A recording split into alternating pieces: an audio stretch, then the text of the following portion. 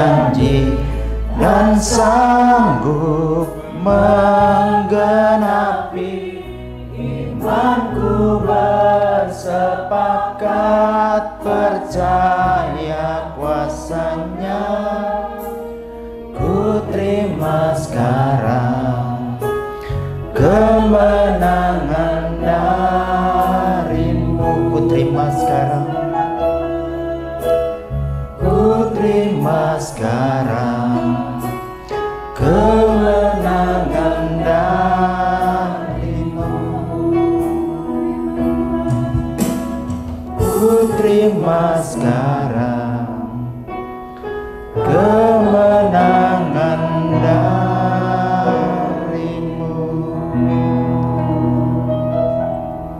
Sungguh kami bangga punya Tuhan yang besar. Karena itu kami percaya kami akan hidup berkemenangan. Walaupun kami tahu tantangan hidup semakin hari semakin berat Tuhan, tapi kami percaya Tuhan bahwa Engkau adalah Allah yang besar yang akan memberikan kemenangan bagi setiap kami. Kami juga bersyukur saat ini seberapa kami yang hadir Tuhan. Kami telah memuji menyembah Engkau, dan kami percaya Engkau bertahta di atas puji-pujian anak-anak Tuhan. Saat ini juga Tuhan kami rindu mendengarkan suara Tuhan. Karena itu Tuhan berfirman-Lah bagi setiap kami, baik bagi hamba-Mu yang berbicara maupun yang mendengarkan. Tuhan, urapan baru turun atas hamba-Mu, sehingga apa yang disampaikan benar-benar merupakan kebenaran firman-Mu, bukan kemampuan manusia berpikir, bukan olah pikir manusia secara pribadi, sehingga firman-Mu boleh memperlengkapi setiap kami. Persiapkan hati kami menjadi tanah yang gembur, yang siap ditaburi benih kebenaran firman-Mu. Tuhan, berfirman-Lah, karena kami semua siap untuk mendengarkannya. Haleluya, amin. Silakan dulu.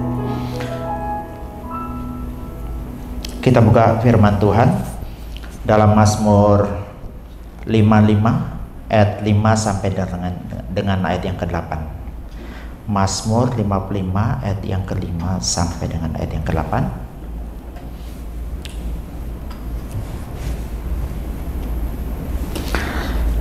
Kalau sudah dapat, saya akan bacakan. Hatiku gelisah, kengerian telah menimpa aku. Aku dirundung takut dan gentar. Perasaan seram meliputi aku. Sekiranya aku diberi sayap seperti merpati, aku akan terbang dan mencari tempat yang tenang. Bahkan aku akan lari jauh-jauh dan bermalam di padang gurun. Satu saat, dan itu terjadi berulang dalam kehidupan Daud, dia di mana posisi sangat terjepit. Pernah terjadi pada suatu peristiwa di Siklag. Itu salah satu titik terendah daripada hidup Daud, di mana waktu itu Siklagnya itu diserang oleh Amalek. Istrinya ditawan, kemudian harta bendanya habis dirampas dan dijarah. Setelah itu bukan cuma berhenti di situ. Daud diancam mau dirajam dengan batu oleh rakyatnya sendiri. Kemudian muncullah mazmur yang seperti ini. Ada juga di mana Daud dikhianati oleh siapa? Anaknya sendiri, Absalom. Waktu itu dia sampai dikejar-kejar sedemikian rupa. Pengalaman Daud yang pernah berada pada titik terendah inilah kemudian yang melatar belakangi penulisan Mazmur seperti Mazmur 55 ayat yang ke-1 sebenarnya sampai dengan ayat yang ke-24. Daud begitu cemas, hatinya gelisah. Itu bisa kita lihat dalam ayat yang ke-4 sampai 5. Bahkan dia takut dan gentar, mengalami perasaan seram. Perasaan seram ini dalam bahasa Ibrani-nya palasut, yang artinya horor. Kalau Bapak Ibu nanti lihat dalam terjemahan bahasa Inggrisnya Evi, itu kata horor dipakai di sana. Jadi dia ngalami perasaan horor. Sampai-sampai karena tekanan yang begitu berat dalam jiwanya, dia seperti menyanyi seperti lagu yang diciptakan oleh Rinto Harahap, dinyanyikan oleh Rita Butar-Butar. Kemudian sempat di cover kembali oleh Gesia Momo Gesia, ya. Itu lagu sebenarnya diciptakan berdasarkan atau terinspirasi oleh Mazmur ini. Rinto Harahap menciptakan lagu ini sebenarnya terinspirasi dari dari Mazmur pasal 55 ini. Di situ dikatakan bagaimana? Seandainya aku punya sayap, terbanglah aku, ku cari dunia yang lain. Untuk apa ku di sini?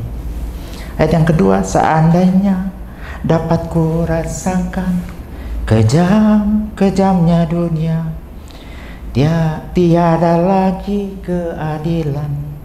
Untuk apa ku di sini? Rapnya, menjerit dan menangis, pilu dan derita, merintih dan berdoa dimanapun berada. Jadi sebenarnya ini lagu terinspirasi dari Mazmur pasal 55. Daud sempat mau menyanyikan lagu itu, seandainya lagu itu sudah ada, itu yang dinyanyikan Daud. Seandainya aku punya sayap, merpatinya dihapus, akan ku cari dunia di mana ada ketenangan.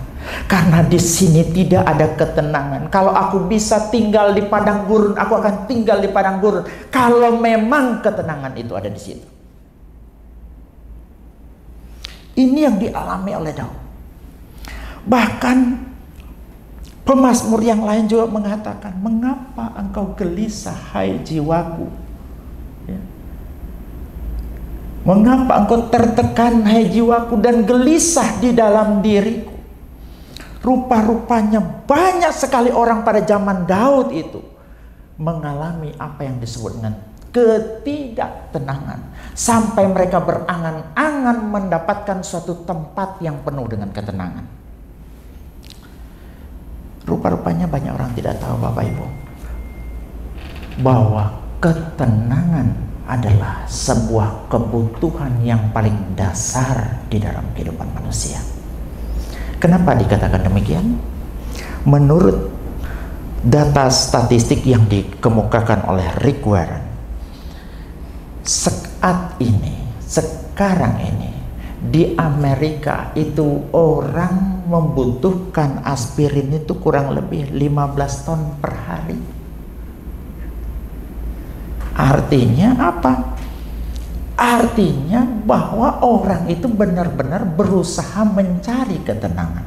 Daud mengangan-angankan ketenangan melalui berada pada suatu tempat yang jauh di sana, di mana kedamaian itu ada, ketenangan itu ada. Sementara orang sekarang berusaha menemukan ketenangan itu melalui misalnya aspirin seperti di Amerika. Karena 15 ton aspirin dibutuhkan tiap hari.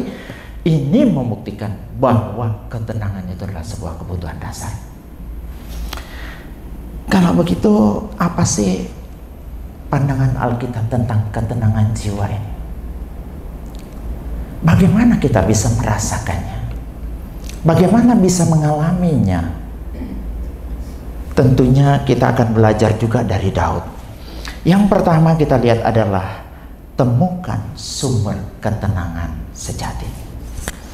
Mazmur 62 ayat 2 bilang begini, hanya dekat Allah saja aku tenang, daripadanya lah keselamatanku.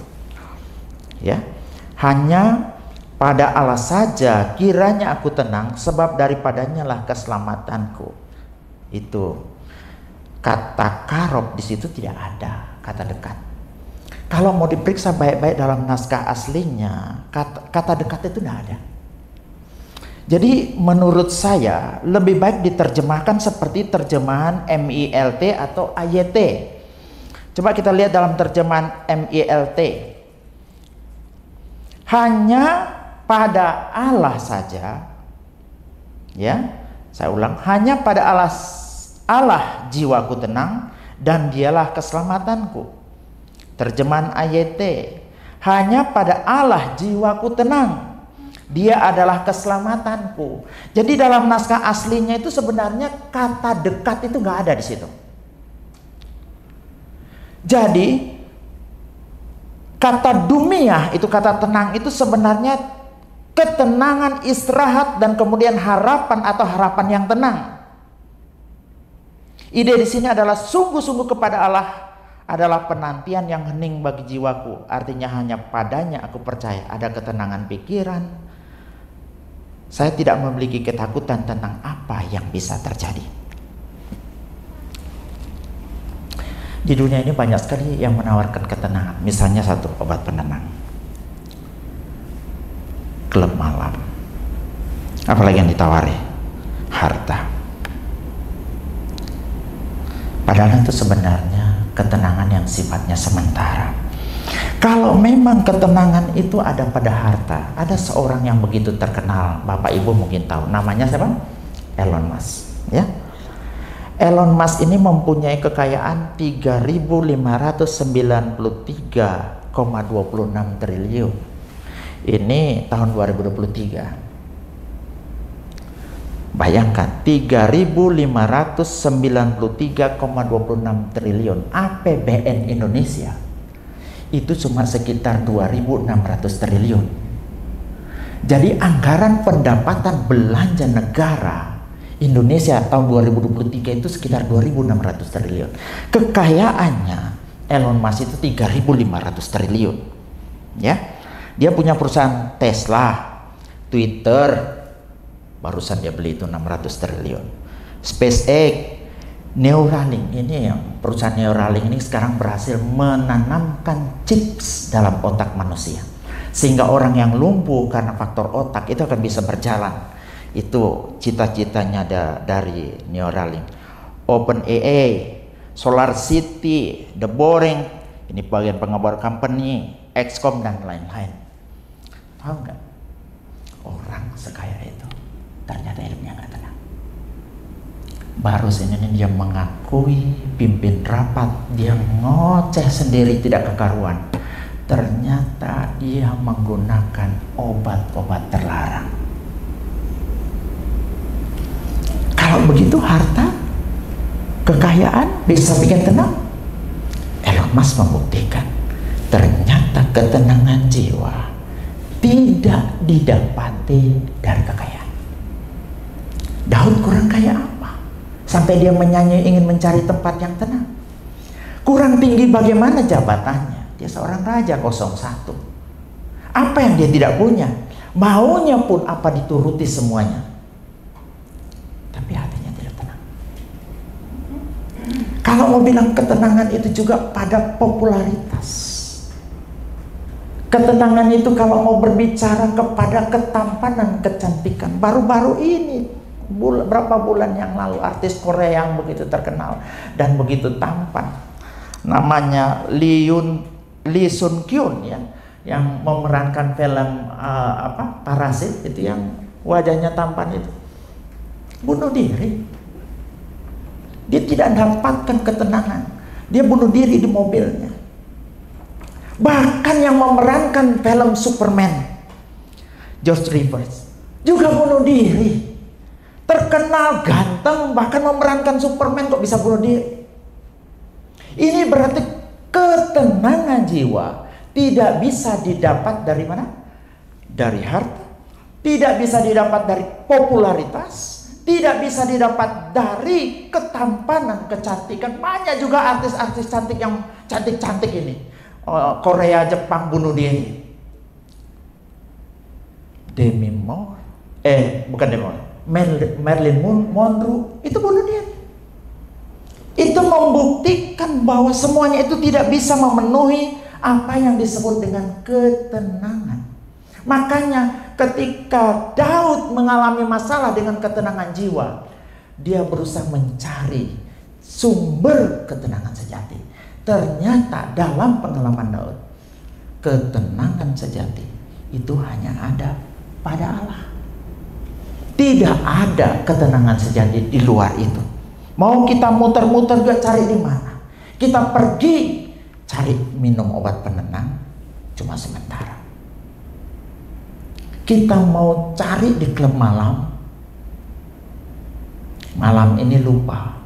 Kita hari ini mabuk, lupa masalahnya sejenak. Besoknya kembali lagi masalahnya. Kita mau cari di narkoba, tidak akan kita temukan. Karena memang Alkitab menyatakan bahwa ketenangan yang sejati itu cuma ada pada Allah. Makanya dikatakan dalam Matius 11 ayat 28 dikatakan begini. Marilah kepadaku semua yang letih lesu dan berbeban berat. Aku akan memberi kelegaan kepadamu. Pikulah kuk yang kupasang dan belajarlah padaku, karena aku lemah lembut dan rendah hati, dan jiwamu akan mendapat ketenangan. Banyak penafsir menafsirkan bagian ini konteksnya hanya pada kaitan dengan hukum Taurat. Jadi dikatakan bahwa Yesus itu menawarkan satu hukum yang baru, kuk yang baru, yang lebih ringan, membuat orang mendapatkan ketenangan. Tetapi di ayat yang ke-28 dari Matius 11 itu, semua yang letih lesu dan berbeban berat. Orang letih lesu itu pertama karena bebannya berat, bisa. Yang kedua beban ringan tapi dipikul terlalu lama. Ini kecil ya, betul nggak? Tapi kalau saya angkat begini kira-kira 5 bulan capek nggak? Capek. Semua beban itu, entah itu yang berat atau beban yang ringan dan kita pikul begitu lama, itu adalah beban yang berat yang harus kita bawa kepada Yesus. Dan ketika kita bawa itu kepada Yesus, kita akan mendapatkan ketenangan. Jadi artinya ketenangan itu hanya ada pada Tuhan. Tidak ada di ciptaan. Bagaimanapun kita berupaya dan mengupayakan ketenangan melalui ciptaan, tidak akan pernah kita ketemukan. Makanya Mazmur 42 ayat 12 bilang begini. Mengapa engkau tertekan hai jiwaku? Dan mengapa engkau gelisah di dalam diriku? Berharaplah pada Allah. Cuma pada Allah. Tidak ada tempat yang lain. Makanya tidak heran ketika ada lagu berjudul Lingkupiku dengan sayapmu, naungiku dalam kuasamu. Di saat badai bergelora, ku akan terbang bersamamu, Bapa kau Raja atas semesta. Nih, ku tenang sebab kau Allahku. Jadi Bapak Ibu, saya mau cerita sedikit satu pengalaman yang membuktikan bahwa ketenangan itu tidak terletak pada faktor eksternal, tapi hanya pada Allah. Ini dialami oleh seorang bernama Horatius Spafford. Beliau ini sebenarnya seorang pengacara. Ya.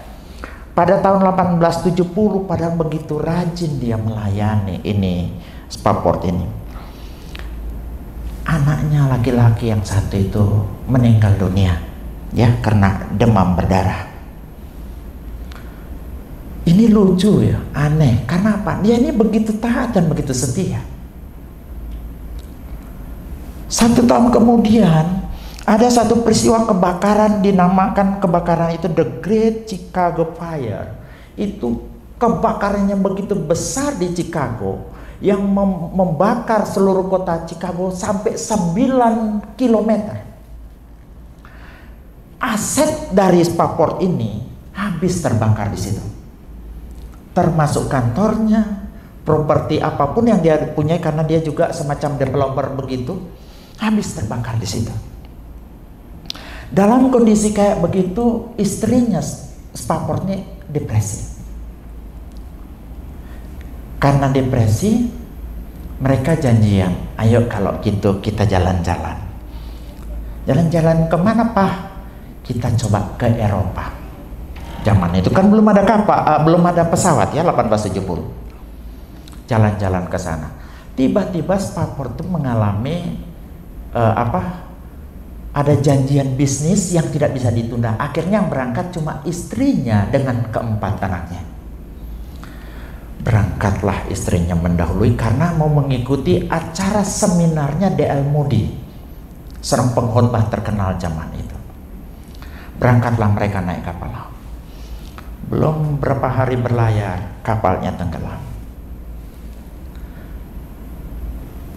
Keempat anaknya meninggal dunia. Istrinya selamat, cuma menulis kemudian sebuah telegram, selamat sendirian. Karena zaman itu belum ada HP, ditulis selamat sendirian. Singkat cerita, Spafford pergi menyusul istrinya. Karena di tengah jalan dia meratapi laut yang telah menelan dan menenggelamkan keempat anaknya, sambil membuat sebuah syair lagu yang judulnya itu It Is Well With My Soul.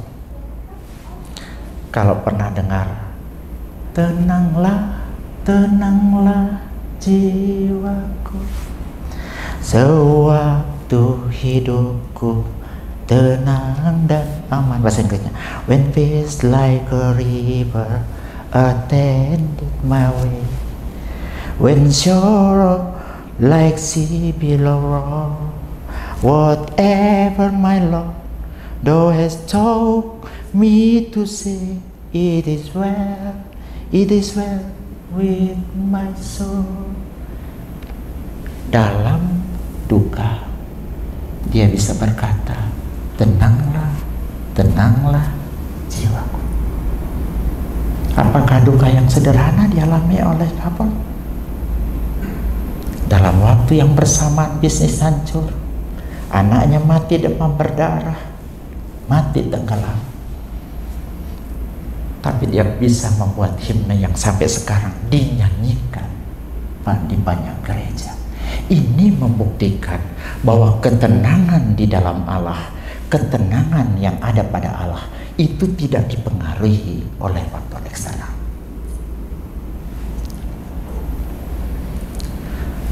Betapa banyak sering kita baru mengalami masalah yang kecil, ketenangan hati kita terusik, betul? Belum seberapa, belum seperti Ayub. Ayub itu mengalami suatu pergumulan yang kayaknya kalau dialami oleh orang zaman sekarang jarang yang alami secara serentak kayak begitu. Ekonominya hancur, keluarganya hancur, anak-anaknya hancur, kesehatannya hancur. Tetapi hati Ayub tetap tenang, karena memang ketenangan yang ada pada Tuhan itu berbeda dengan ketenangan yang dunia tawarkan. Ini yang pertama, temukan ketenangan sejati itu di mana? Hanya pada Allah. Tidak usah mencari tempat tenang di luar sana. Ketika kita mengalami tekanan apapun itu, ingat, ketenangan sejati hanya ada pada Allah. Yang kedua, fokus pada hal yang berada dalam kontrol atau kendali kita. Ini rahasia kedua.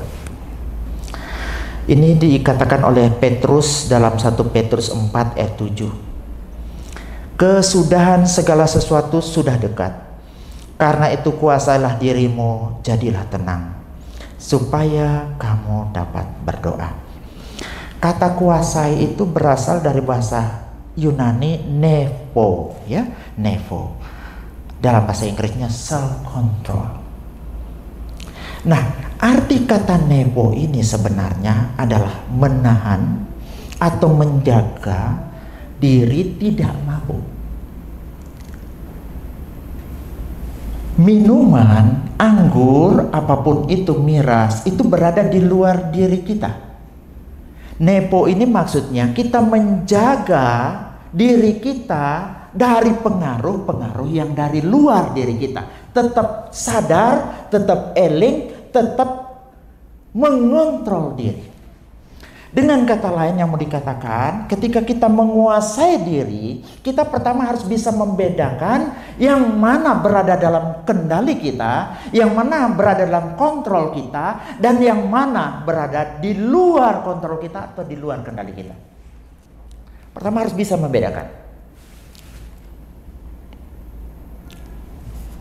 Jadi yang maksudnya begini kata Nepo itu, jangan sampai anggur yang di luar dirimu, minuman keras yang di luar dirimu mempengaruhimu dan merusak ketenangan dan kesadaran pikiranmu. Itu kata Nepo.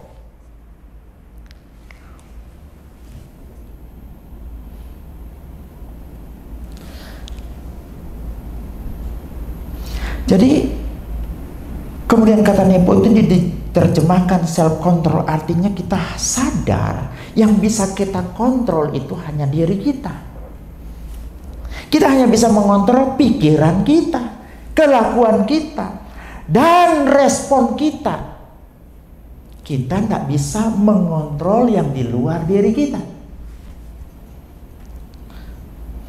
Coba kita lihat dulu di dalam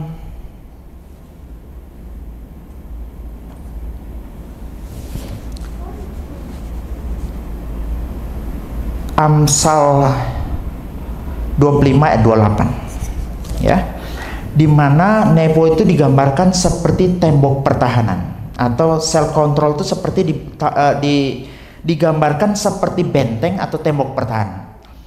Orang yang tidak dapat menguasai diri sama tidak berdayanya seperti kota yang sudah roboh tembok-temboknya. Jadi penguasaan diri itu digambarkan seperti tembok. Kalau orang tidak menguasai dirinya, berarti dia adalah kota tak bertembok. Maksudnya begini, tembok itu adalah pemisah apa yang ada di dalam dan ada apa yang ada di luar. Menguasai diri artinya kita mempunyai tembok untuk memisahkan yang mana berada dalam kendali kita dan mana yang berada di luar kendali kita. Ada berapa contoh? Ada berapa hal yang berada di luar kendali kita? Cuma misalnya masa lalu dan masa depan. Emangnya kita bisa ngatur masa lalu yang sudah lewat? Kita bisa mengatur masa depan, tapi tidak sepenuhnya dalam pengaturan kita. Kita bisa menatanya, tapi tidak menentukan seberapa persen. Karena memang masa depan itu di luar kendali kita. Yang kedua, persepsi orang lain tentang kita. Kita mungkin berusaha untuk membuat orang lain terkesan sedemikian rupa, melakukan ini dengan baik, melakukan itu dengan baik. Tetapi persepsi orang tentang kita itu di luar kontrol kita. Kita kerja di kantor, kerja sebaik-baiknya sedemikian rupa. Harapan kita bos itu akan memperhatikan kita. Bekerja sebaik-baiknya itu penting, tapi ingat, persepsi atasan terhadap kita, tanggapan dari kerja baik kita, dari atasan kita terhadap kita itu di luar kontrol kita. Opini dan tindakan orang lain terhadap kita, tidak usah memaksakan orang supaya menyukai kita, karena itu di luar kontrol kita. Kita boleh bikin status di Facebook, Instagram, atau apapun, tapi jempol yang kita dapatkan itu di luar kontrol kita. Betul? Emangnya kita bisa maksa orang kasih jempol? Atau kita bikin konten yang begitu bagus, apakah kita kemudian bisa memastikan bahwa komentar-komentar positif akan datang kepada kita? Itu di luar kontrol kita. Kita tidak bisa mengontrol pikiran orang lain. Kita tidak bisa mengontrol apa yang mau dibuat oleh orang lain. Ada juga kita tidak bisa mengontrol kapan kita lahir, di mana kita lahir, apa warna kulit kita waktu lahir. Kemarin saya lewat, ada orang yang sampai heran saya, warna kulitnya begitu hitam sekali, sampai kayak pantat belanga itu, belanga zaman dulu itu, kayak gitu. Ini saya bilang, dia orang apa ya? Kok hitamnya tumben saya lihat hitam kayak gitu. Jadi itu kita nggak bisa kontrol, kita mau lahir di mana, bagaimana posisi bentuk tubuh kita. Kita nggak bisa, itu di luar kendali kita, di luar kontrol kita. Kejadian alam juga, gempa, ya. Kemudian banjir, walaupun kita bisa mengendalikan sedikit mungkin dengan reboisasi dan sebagainya, menjaga kebersihan, tapi itu sebenarnya tetap berada di luar kendali kita. Dengan kata lain saya mau katakan bahwa ada yang dalam kendali kita, ada yang di luar kendali kita. Yang dalam kendali kita ini bisa kita kontrol. Makanya kita fokus pada apa yang bisa kita kontrol supaya hati ini terabaikan. Dan kita belajar untuk tidak mikirin apa yang kita tidak bisa kontrol. Bukan berarti harus cuek bebek dengan secara sosial, bukan begitu maksudnya. Fokus pada apa yang bisa kita kendalikan. Karena itu seperti benteng. Ya, kita bisa mencegah hal-hal yang tidak kita inginkan masuk dalam diri kita dan merusak ketenangan jiwa kita.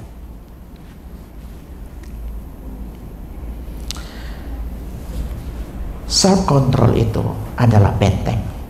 Yang kedua, self control itu adalah limiter. Ini kita baca dalam Roma 12 ayat 3. Berdasarkan kasih karunia yang dianugerahkan kepadaku, aku berkata kepada setiap orang di antara kamu, janganlah kamu memikirkan hal-hal yang lebih tinggi daripada yang patut kamu pikirkan. Tapi hendaklah kamu berpikir begitu rupa sehingga kamu menguasai diri menurut ukuran iman yang dikurniakan Allah kepada kamu masing-masing. Dulu saya ini senang sekali olahraga yang ekstrim. Waktu masih pemuda dulu senangnya balapan sepeda motor ya. Begitu nakal, bolak-balik dikejar polisi. Dan ketika saya sudah menjabat lalu, saya ikut komunitas Trabas. Jadi saya beli motor trail. Nah, ketika coba-coba ikut Trabas, walaupun jatuh melulu karena sudah tua, ternyata motor saya itu ada CDI-nya itu ada limitnya. Ketika digas pada RPM sekitar misalnya 9.000, dia sudah mulai Ternyata motor zaman sekarang itu semuanya punya limiter. Coba motor apapun yang pakai CDI pasti ada limitnya, gasnya. Ya, nanti dicoba di rumah. Benar nggak yang saya bilang? Nah, ternyata saya kemudian mencoba membeli CDI yang baru. Namanya Juken. CDI ini saya pasangkan pada motor saya. Ternyata limitnya itu disetel pada 14.000. Jadi 14.000 kali berputar itu mesin dalam waktu 1 menit. Memang benar. Walaupun digas hampir sampai full, tidak ada bunyi, tidak ada. Tapi ternyata tahu nggak, yang dia serang apa? Busi. Businya dia serang setiap minggu ganti busi. Walaupun busi yang saya beli itu adalah busi iridium. Ternyata CDI itu sudah disetel oleh pabrikan sedemikian rupa karena di dalamnya ada proteksi thermal. Artinya apa? CDI itu menjaga kalau suhu terlalu panas dia otomatis akan mati. Lah bayangkan motor yang misalnya cc-nya cuma 150 atau 250. Kita paksa sedemikian rupa dengan CDI yang punya putaran mesin yang begitu besar, jebollah mesinnya. Makanya ada yang disebut dengan settingan pabrik. Pabrik itu sudah setel sedemikian rupa. Begitu juga manusia.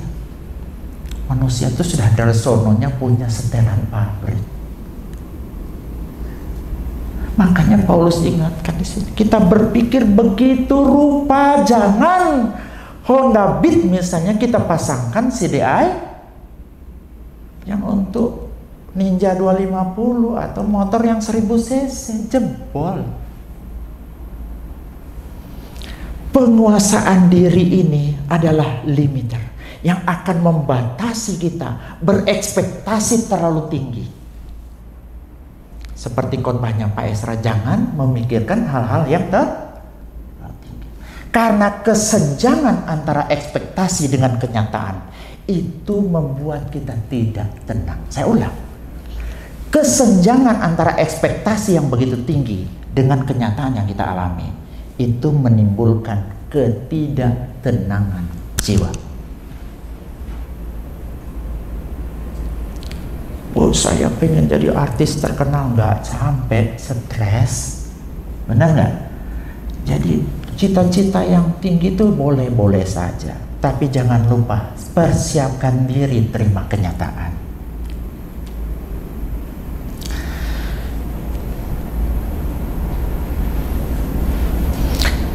Selanjutnya, self control itu adalah filter, self control adalah benteng, self control adalah limiter. Self control adalah filter. Mobil itu punya filter enggak? Saya hitung. Filter bensin,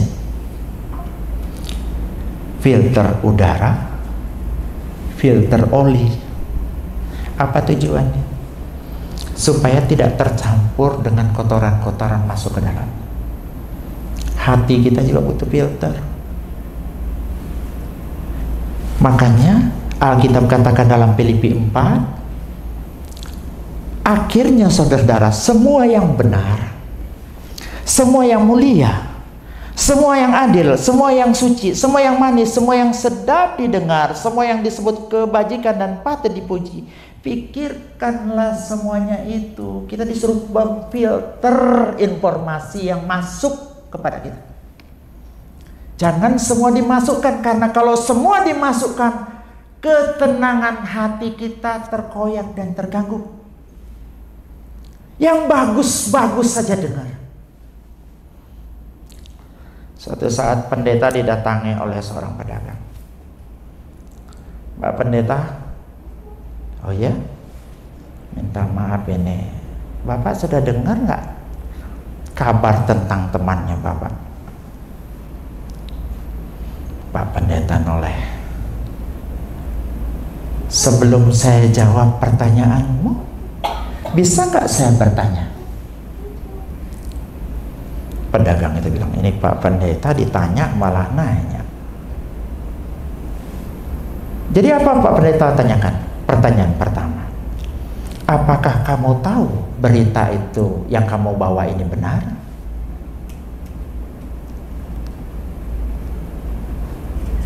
Jadi gimana? Benar atau tidak?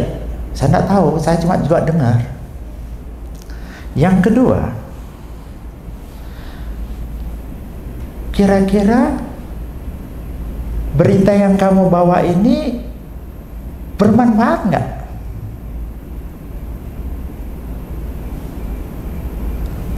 Nah, ini pedagang mulai takut dan pada akhirnya dia tidak berani bercerita. Ini mau memberitahu kita bahwa sering dalam hidup kita menerima informasi-informasi yang masuk, bahkan informasi-informasi yang tidak benar, tidak berguna dan tidak bermanfaat, yang pada akhirnya hanya merusak ketenangan jiwa. Makanya kita harus selektif, bahkan belajar untuk tidak tahu dan terlalu banyak cari tahu, itu menenangkan jiwa. Benar nggak? Orang yang kepo itu nggak bisa tenang loh hatinya. Baru dia posting, kita sudah cari tahu dia apa maksudnya, berapa. Lebih baik belajar tidak tahu dan tidak banyak cari tahu. Ternyata itu cukup bagus untuk ketenangan jiwa kita.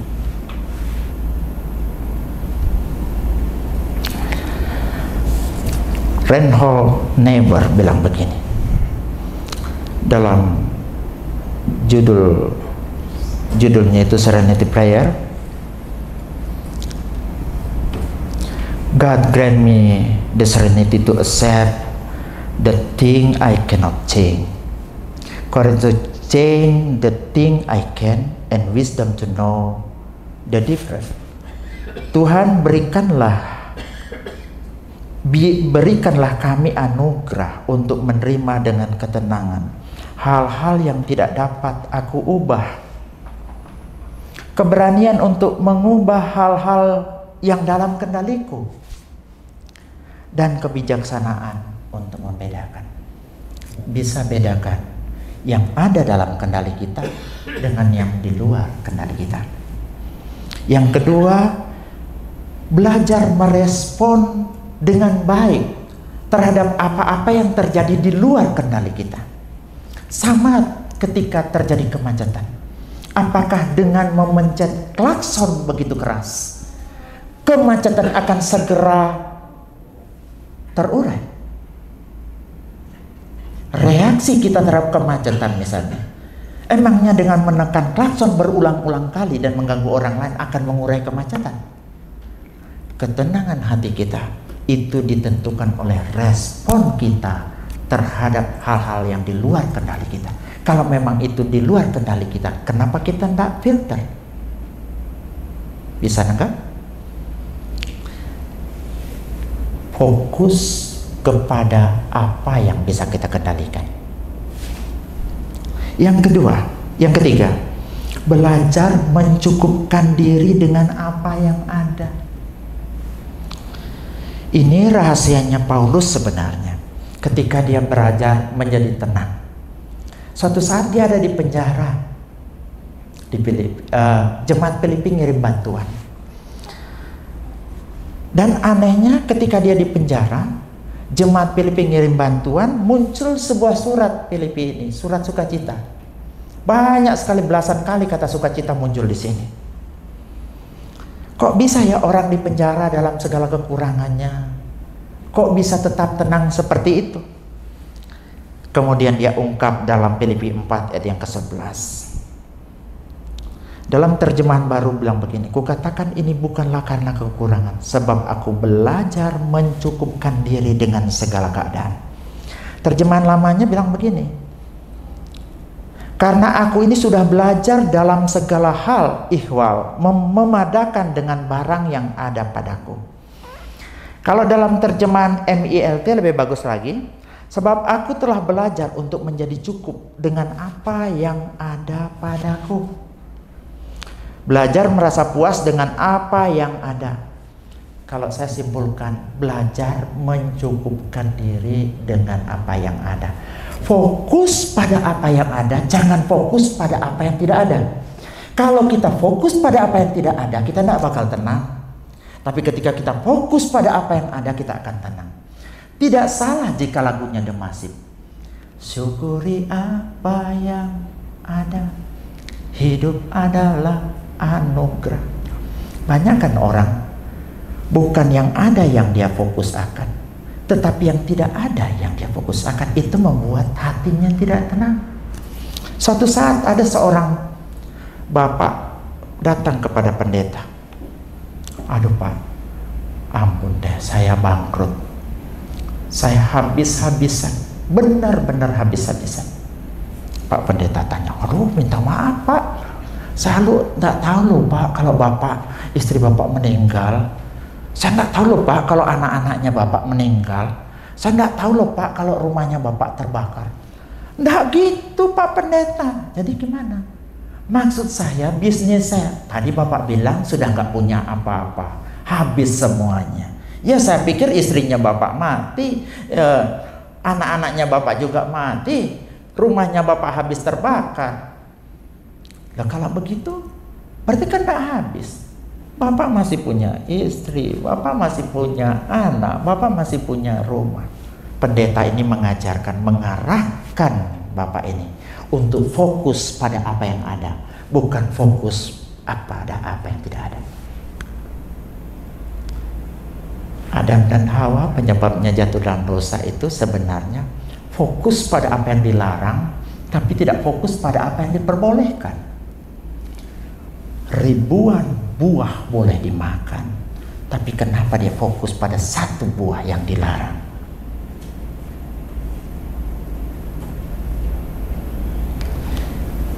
Kita mungkin tidak punya apa-apa. Ketika kita fokus pada yang masih ada, ternyata Tuhan terima kasih saya masih punya istri. Oh Tuhan terima kasih saya masih punya anak-anak yang sehat. Mungkin saya tidak punya harta yang berlimpah. Oh Tuhan saya masih bisa makan hari ini. Banyak orang di luar sana tidak bisa makan. Inilah konsep ketenangan Paulus. Paulus belajar tenang dengan cara apa? Merubah standar tentang rasa cukup. Dikatakan oleh Paulus dalam 1 Titus 6 ayat 8, asal ada makanan dan pakaian cukuplah. Banyak orang sekarang bisa tenang, bisa bahagia, tapi definisi bahagianya, batasan bahagianya panjang banget. Saya akan bahagia kalau saya satu, kaya raya. Kaya raya, ya, begitu. Yang kedua, saya akan bahagia kalau punya istri 5. Ketika istrinya baru 4, belum bisa dia berbahagia.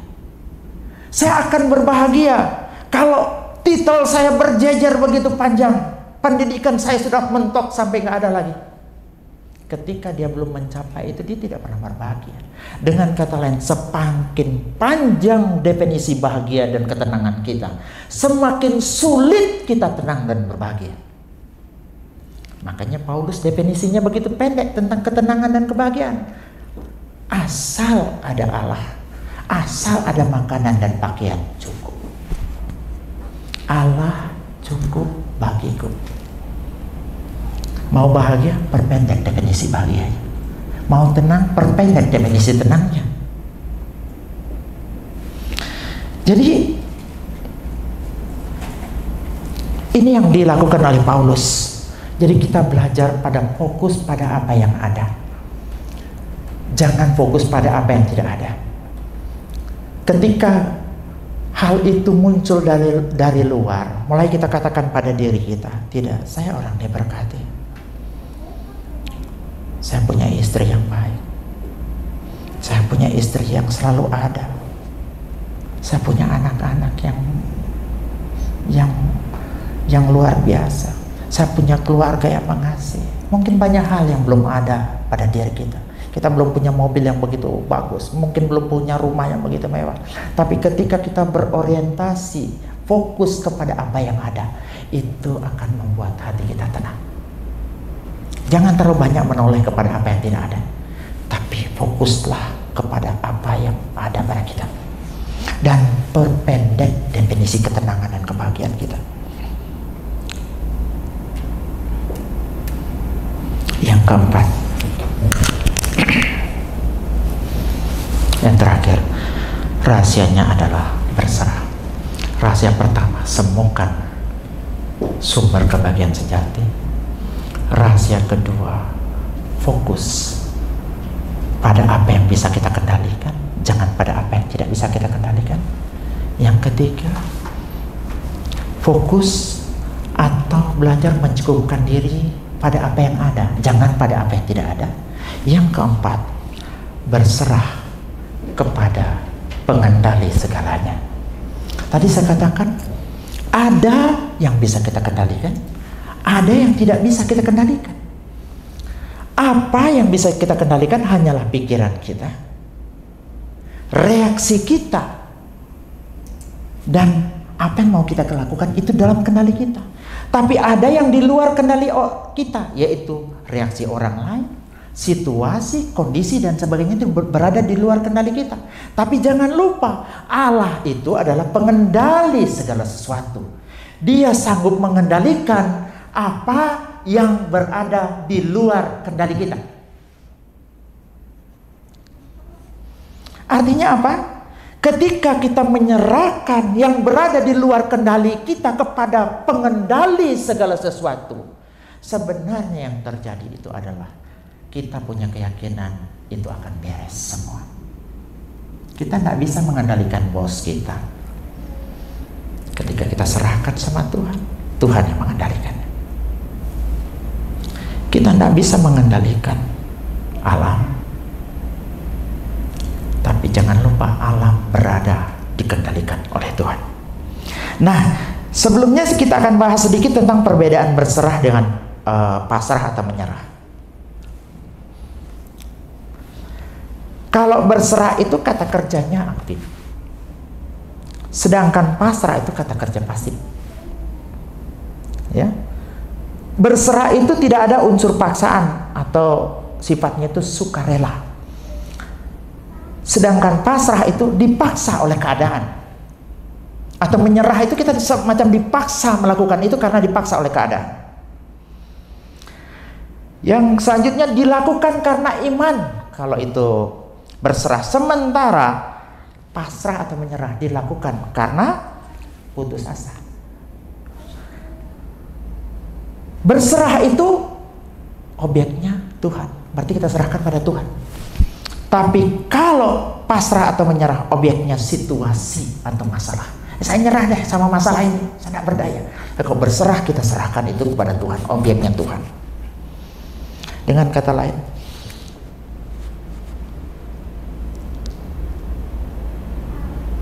berusaha adalah bagian kita untuk mengerjakan apa yang kita bisa kerjakan, sedangkan berserah adalah agar Tuhan mengerjakan apa yang kita tidak bisa kerjakan. Mengendalikan pikiran dengan pertolongan Roh Kudus pasti kita bisa. Bereaksi secara benar itu dalam kendali kita. Tetapi yang berada di luar kendali kita itu dikendalikan oleh Tuhan. Biarlah itu Tuhan yang mengerjakannya. Kalau di kantor kita bekerja sebaik-baiknya, urusan promosi itu di luar kendali kita. Itu urusan Tuhan ketika sudah kita serahkan pada Tuhan. Amin. Promosi itu dari Tuhan, bukan dari kita. Tapi kita punya tanggung jawab bekerja dengan baik. Roma 8 ayat 28 bilang begini, kita tahu sekarang bahwa Allah turut bekerja. Kata turut bekerja itu dalam bahasa Yunaninya sunergeo. Dari kata inilah muncul istilah sinergi. Ya, dalam segala sesuatu untuk mendatangkan kebaikan bagi mereka yang mengasihi Dia, yaitu bagi mereka yang terpanggil sesuai dengan rencana Allah.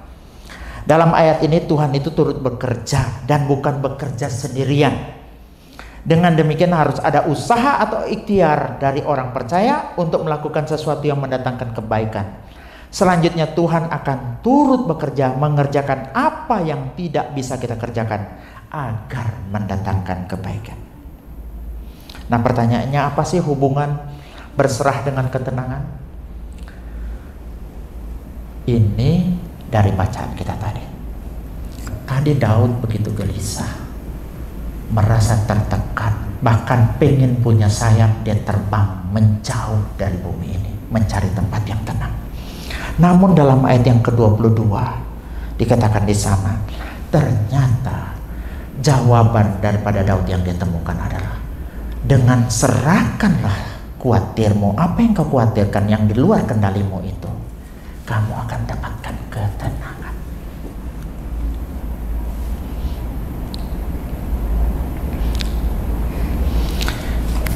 Pertanyaannya banyak sekali paling takut dengan istilah berserah. Berserah itu seperti tanah liat yang ditaruh di mesin produksi, mulai dihancurkan, disiram sedemikian rupa, dibentuk, dijemur, dibakar, dan kemudian finishingnya diselesaikan. Itu kata berserah. Suatu saat ada seorang ahli penjunan. Ahli penjunan ini adalah pakar benar dalam membuat bejana. Dalam kacamata orang awam, bejana ini begitu sempurna terlihat, tapi tidak dengan penjunan ini, ahli pembuat bejana ini. Ternyata di dalam bejana yang dia buat ada satu retakan kecil yang tidak kasat mata, tapi karena dia seorang pakar dalam pembuat bejana, penjunan ini bilang ini tidak lolos QC, quality control, tidak bisa dipakai. Karena kalau bencana ini berani dipakai, dia akan meledak dan akan hancur. Kemudian penjunan ini kembali menghancurkan bencananya sedemikian rupa dari awal lagi untuk dijadikan bencana yang baru. Retakan dalam bencana itu tidak dilemnya dengan lem Alteco atau tidak dilemnya dengan lilin dan sebagainya, tapi dihancurkan sedemikian rupa, dibuat dari awal untuk menjadi bencana yang indah dan siap digunakan. Terkadang kita merasa sudah menjadi bencana yang benar-benar siap dipakai, tapi dalam kacamata penjunan kita ada retakan di dalam. Retakan di dalam ini dia tidak lem, dia tidak cuma perbaiki begitu saja atau dipasangkan lilin, tapi dibongkarnya, dihancurkannya ulang dari awal, sebagaimana proses dalam pembuatan sebuah bencana. Salah satu, Tuhan seperti bekerja di area-area yang memang mana kita sukai dan kita banggakan. Saya kalau merenungkan ini saya mau nangis. Saya jujur, area saya adalah pengakuan. Boleh dilihat di history saya di Facebook. Saya adalah juara pengelolaan dana desa terbaik Seposo. Mendapat predikat dari KPK, desa tanpa korupsi. Begitu disayangi oleh masyarakat. Sampai kalau musim durian kayak begini, kayak saya punya pohon durian begitu banyak. Semacam ada yang saya harapkan itu adalah validasi eksternal. Tetapi saya baru sadar itu adalah bencana yang retak di dalam. Bencana yang retak di dalam dan harus diproses dari awal.